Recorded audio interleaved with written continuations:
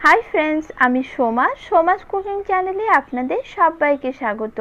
आमार आजकेर recipe hello निरामिष चाना मशला।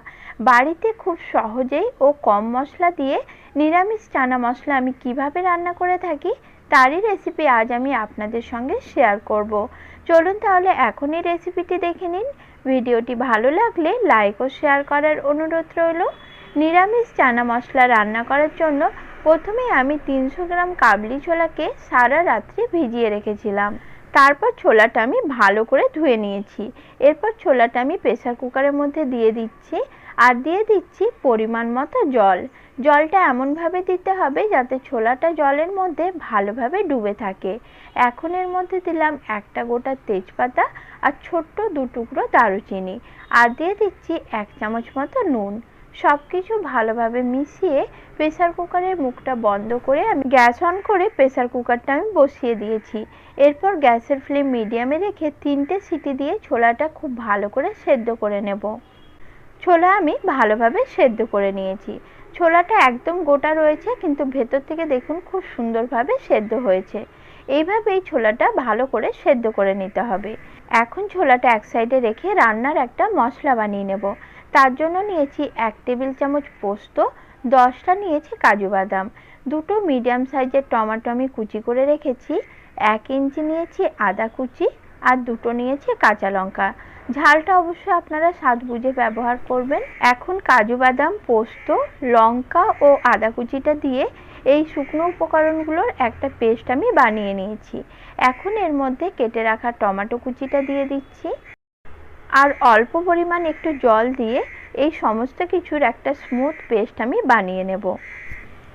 দেখুন মশলার একটা স্মুথ পেস্ট আমি বানিয়ে নিয়েছি। এরপর চলে যাচ্ছি রান্নাতে। গ্যাস অন করে কড়াই গরম করে নিয়েছি। কড়াইয়ের মধ্যে দিয়ে দিলাম 3 টেবিল চামচ সরষের তেল। চাইলে আপনারা রান্নাটা সাদা তেলেও করতে পারেন।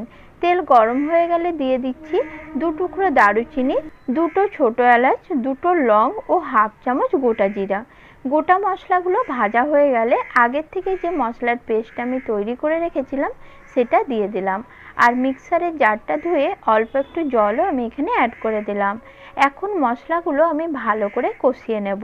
তো মশলা কষানোর আগে আমি এখানে কিছু গুঁড়ো মশলা অ্যাড করে দিচ্ছি। দিয়ে দিচ্ছি 1 চামচ কাশ্মীরি লাল লঙ্কার গুঁড়ো আর দিয়ে দিচ্ছি হাফ চামচ হলুদ গুঁড়ো, হাফ চামচ দিচ্ছি জিরা গুঁড়ো আর 1 চামচ দিয়ে দিলাম ধনে গুঁড়ো। এখন সমস্ত কিছু একসঙ্গে ভালো করে মিশিয়ে নেব। তারপর গ্যাসের ফ্লেম একদম লোতে রেখে মশলা 3-4 মিনিট ধরে খুব ভালো করে কষিয়ে নেব। যতক্ষণ না মশলা থেকে তেল ছেড়ে আসছে ততক্ষণ মশলা ভালো করে কষিয়ে নিতে হবে। আর এই মশলার মধ্যে যেহেতু কাজু বাদাম রয়েছে তাই মশলা যে কোনো সময় কড়ার তলায় লেগে যেতে পারে। মাঝে মাঝে মশলাটা এভাবে নাড়াচাড়া করতে থাকতে হবে। মশলা আমি খুব ভালো করে কষিয়ে নিয়েছি আর এখন দেখুন মশলার থেকে তেলও ছেড়ে দিয়েছে। এই পর্যায়ে সেদ্ধ করে রাখা ছোলাটা আমি এখানে দিয়ে দিচ্ছি আর ছোলা সেদ্ধর জলটা আমি আলাদা করে রেখেছি। জলটা আমি প্রয়োজন অনুপাতে পরে ব্যবহার করব। এখন ছোলাটা মশলার সাথে ভালোভাবে আরও 2-3 মিনিট কষিয়ে নেব। হাতে একটু সময় নিয়ে মশলা যদি ভালো করে কষানো যায় তাহলে দেখবেন রান্নার স্বাদ কিন্তু খুবই ভালো হয়। এই পর্যায়ে দিয়ে দিলাম 1 চামচ গরম মশলার গুঁড়ো। এখন এটাও ভালো করে মিশিয়ে নিচ্ছি। এরপর আমি এখানে অ্যাড করে দেব স্বাদ অনুযায়ী নুন। নুনটা দিয়েও ভালোভাবে মিশিয়ে নিতে হবে। তারপর 2 মিনিটের জন্য আমি ঢাকনা দিয়ে ঢেকে দিচ্ছি। ফিরে আসছি 2 মিনিট পর। 2 মিনিট পর ঢাকনাটি খুলে নিলাম আর দেখুন সব কিছু ভালোভাবে কষানো হয়ে গেছে। এই পর্যায়ে আমি জল অ্যাড করে দেব আর আগের থেকে ছোলা সেদ্ধর যে জলটা আমি সরিয়ে রেখেছিলাম সেটাই এখানে অ্যাড করে দিলাম। আপনারা রান্নাতে যেরকম গ্রেভি রাখতে চান সেই অনুপাতে এখানে জলটা ব্যবহার করবেন। জল দিয়ে সব কিছু ভালোভাবে নাড়াচাড়া করে নিলাম।